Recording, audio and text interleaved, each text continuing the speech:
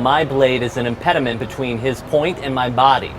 That's a closed line. That's what I want to see, because now he has no choice. Any amount of motion he would do to try to hit you will require a greater amount of motion than your defense. Right? My name is Jared Kirby. I'm a fight director for Stage and Screen. Been doing it for over 20 years now. Stick that point out and you just flinch a little. When I was 15, I actually went and saw a human chess match at a Renaissance fair.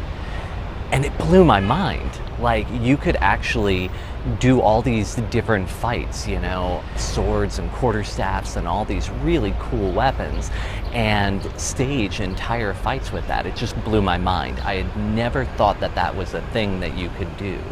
And once that seed got planted, I actually left there that day saying, I'm gonna do that. My first experience with Shakespeare was actually with Hamlet. I feel very fortunate that I was cast in the New Vic Theatre of London's US tour of Hamlet. So fortunately I got Hamlet and was flown to London for rehearsals with this amazing director, Alan Cohen. And without him, I would have just been awful. He kind of took me by the hand and showed me this roller coaster ride that Hamlet gets to experience. And it's really true, if you get on that ride at the beginning and you just set it up correctly, you can just kind of go through the rest of the play off that energy.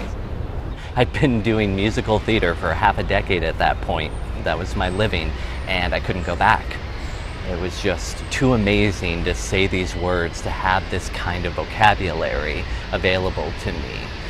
Even in musical theater, there's plenty of fights to be done, so I had ended up being the fight choreographer most of the musicals that I had been in. But then it just seemed natural then to go into Shakespeare. Once I had been bitten like that, why not carry that stage combat into it? And it certainly helped me get roles, you know, like no problem getting cast as Tybalt or Laertes or anything like that. I think there are a lot of different things that go into that. I think besides just being a great actor, understanding the clues that Shakespeare gives us in the text, really understanding what that, because he's just so masterful in his writing. So he tells us so much about the character and what they're going through just in the way that he uses pentameter. And I think really finding that to unlock those cues will make your performance of Shakespeare gel in a way that won't if you don't understand that. When I'm bringing violence to a production, I want that violence to enhance the story that's being told. Shakespeare gives us so many opportunities to do that. There's a perfect example in Henry VI when Joan and Talbot have their fight. Right?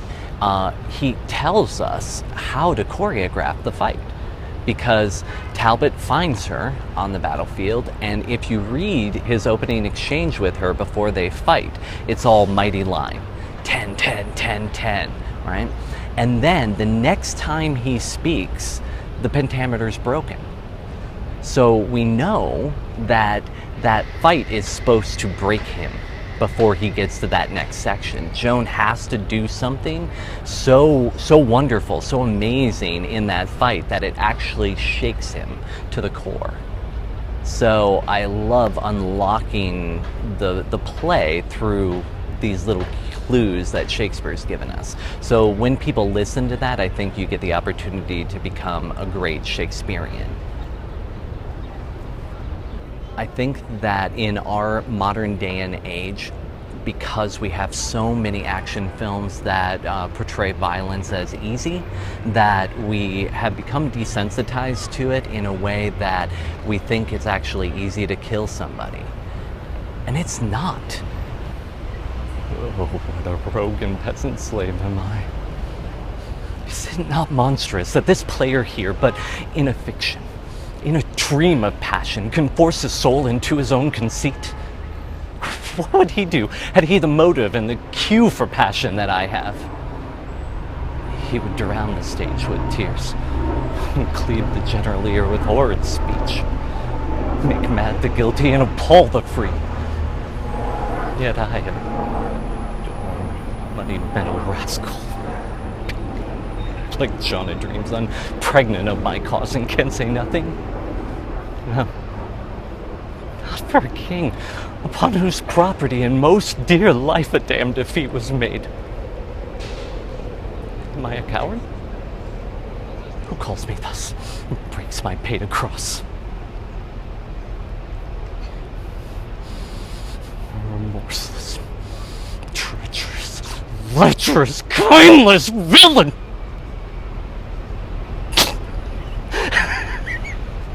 Why? What an ass am I? This is most brave. That I, the son of a dear father murdered, prompted to my revenge by heaven and hell, must like a whore unpack my heart with words. I've heard that guilty creatures sitting at a play have, by the very cunning of the scene, been struck so to the soul that presently they have proclaimed their malefactions. I'll have the players play something like the murder of my father before mine uncle. If he do blench, I know my course.